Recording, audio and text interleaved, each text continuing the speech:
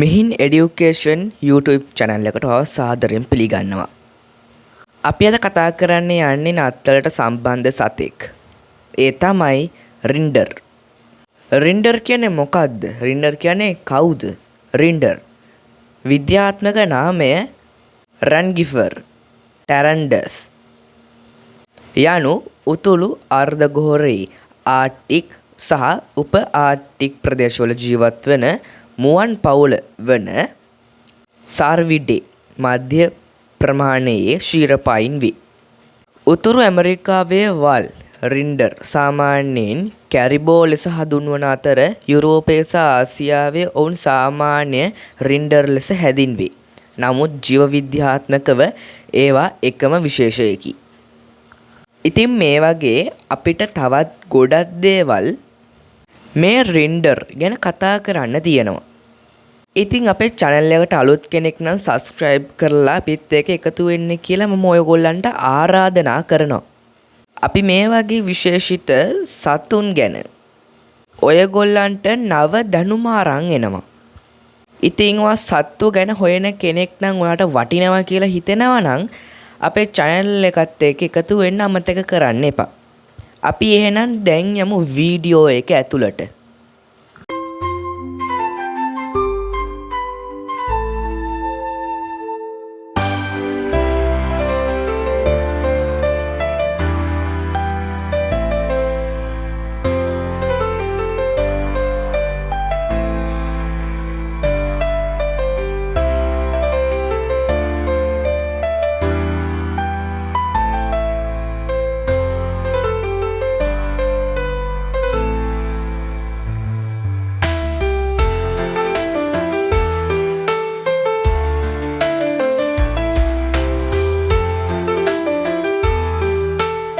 රින්ඩර් විශේෂයෙන් පෘථිවිය සීතලම කටුක පරිසරවල ජීවත් වීමට අනුවර්තනය වී ඇති අතර බොහෝ මානව ප්‍රජාවන්ට විශේෂයෙන් උතුරු ප්‍රදේශවල ආදිවාසී ජනතාවට වැදගත් පාරිසරික සහ සංස්කෘතික භූමිකාවන් ඉටු කරනවා.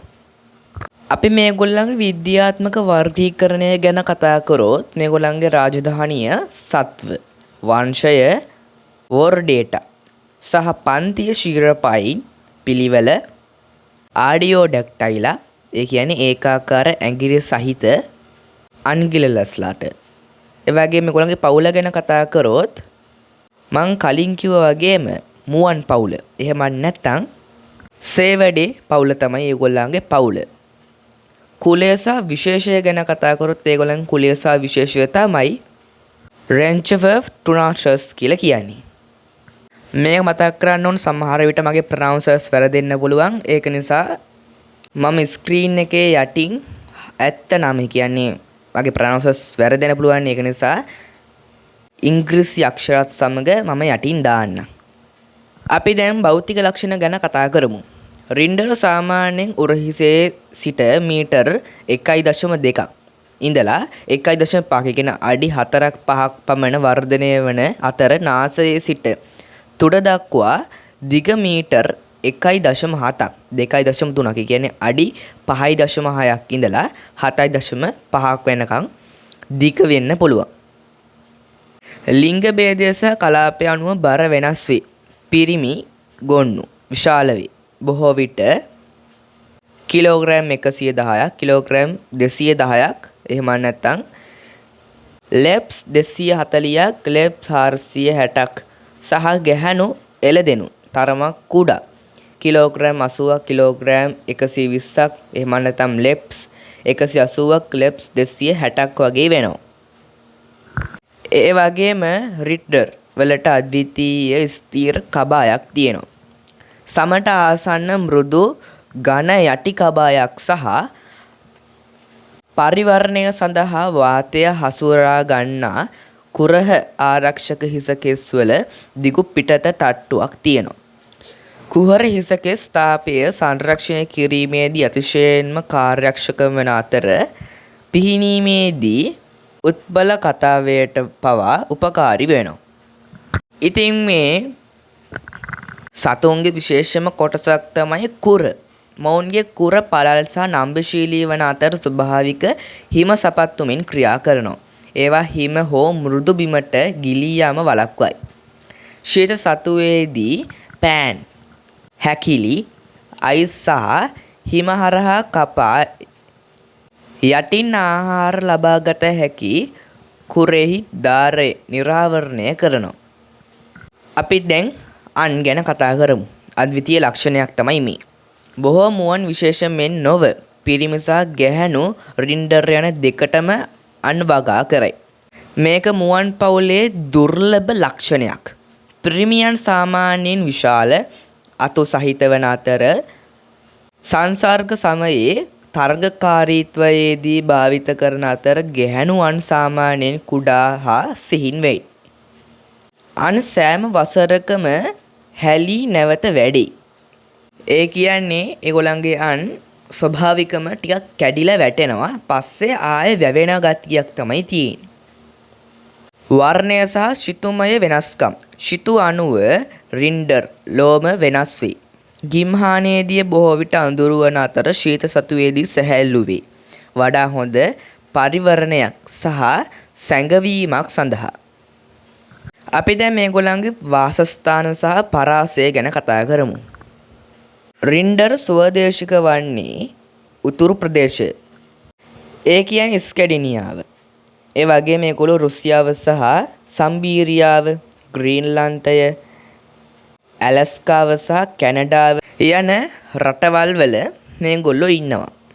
ඒ වගේම මේගොල්ලෝ වර්ධනය වෙන්නේ, මේගොල්ලෝ හැදෙන්නේ ටුන්ඩ්‍රා ප්‍රදේශවල. ඒ කියන්නේ ගස් රහිත ආර්ටික් තැනි තලාවල සහ බොරියල් වනාන්තරය. මේගොල්ලෝ ටයිගවලත් ඉන්නවා. සහ සමහර කඳුකර වනාන්තර ප්‍රදේශවලත් මේගොල්ලෝ ඉන්නවා. ඇයි දන්නවද ඒගොල්ලෝ මේ ප්‍රදේශවල මේගොල්ලන්ට හැදෙන්න වර්ධනය වෙන්න හොඳ ප්‍රදේශ තමයි මේ. සමහර ජනගහන වල සහ සංක්‍රමණීය වන අතර අනෙක් ඒවා උතුරු යුරෝපයේ සමහර ප්‍රදේශවල ගෘහාශ්‍රිත වෙනවා. අපි දැන් මේගොල්ලන්ගේ ආහාර සහ පෝෂණය ගැන කතා කරමු. රින්ඩර් යනු ශාක භක්ෂිකින් ශාක අනුභව කරන්නන් වේ. ශුතු සතුව ඔවුන්ගේ ආහාර වෙනස් වේ. ගිම්හන කාලයේ ඒගොල්ලෝ තෘණ, තන, කොළ, රිකිලි සහ ඖෂධ පැලෑටි අනුභවය කරනවා. මේගොල්ලෝ සීත කාලයේදී ලයිකන විශේෂයෙන් රින්ඩර් පාසි, දියර සහ හිම යට වලලනු ලැබූ අනෙකුත් වෘක්ෂලතාදිය මේගොල්ලෝ සීත කාලයේදී අනුභවය කරනවා. ආහාර ලබා ගැනීම සඳහා හිම ඉවත් කිරීමට ඔවුන් තම කුර සහ අන් භාවිතා කරනවා. ඔවුන්ගේ ආහාර ජීර්ණ පද්ධතියට ලයිකන බිඳ දැමීම සහ විශේෂිත බැක්ටීරියා සහ එන්සයිම් ඇතුළත් වන අතර එය විශාල ශීරපයින් අතර සාමාන්‍ය අනුවර්තනයකි. අපි දැන් මේගොල්ලන්ගේ හැසිරීම, සමාජ ව්‍යුහය සහ සංක්‍රමණය ගැන කතා කරමු.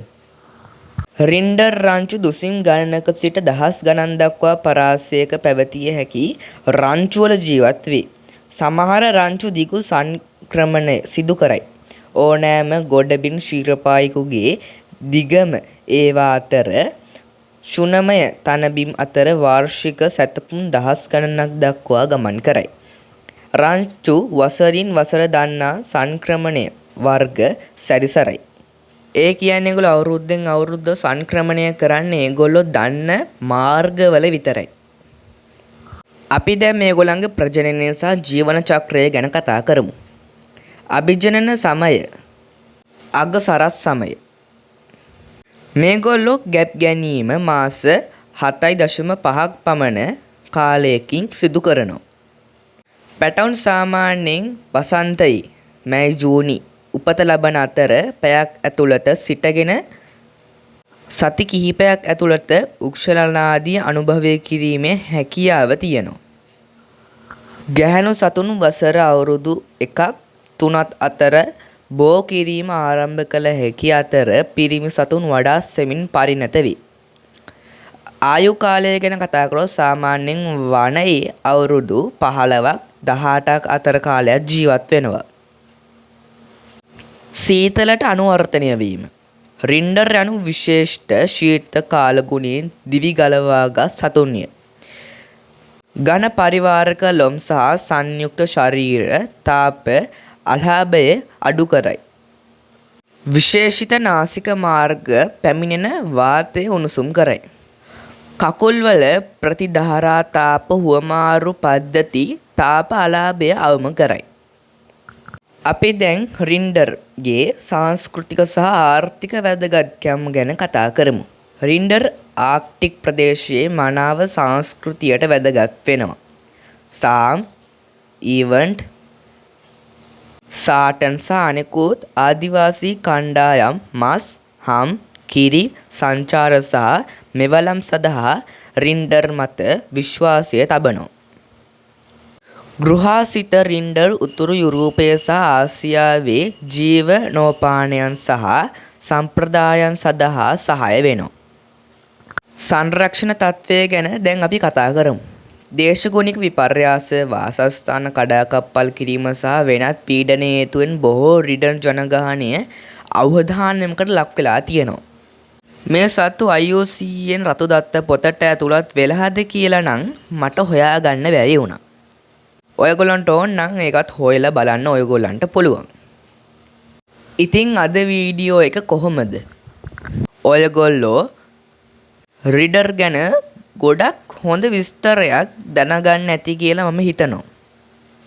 ඉතින් මම වීඩියෝ එකේ මුල කිව්වා වගේ ඔයා සත්තුන්ට ආස කෙනෙක් නම් සහ සත්තු ගැන දැනගන්න කැමති නම් අපේ channel එක subscribe කරලා ඊට හැබැයි තියෙන bell notification එකත් click කරන්න අමතක කරන්න එපා.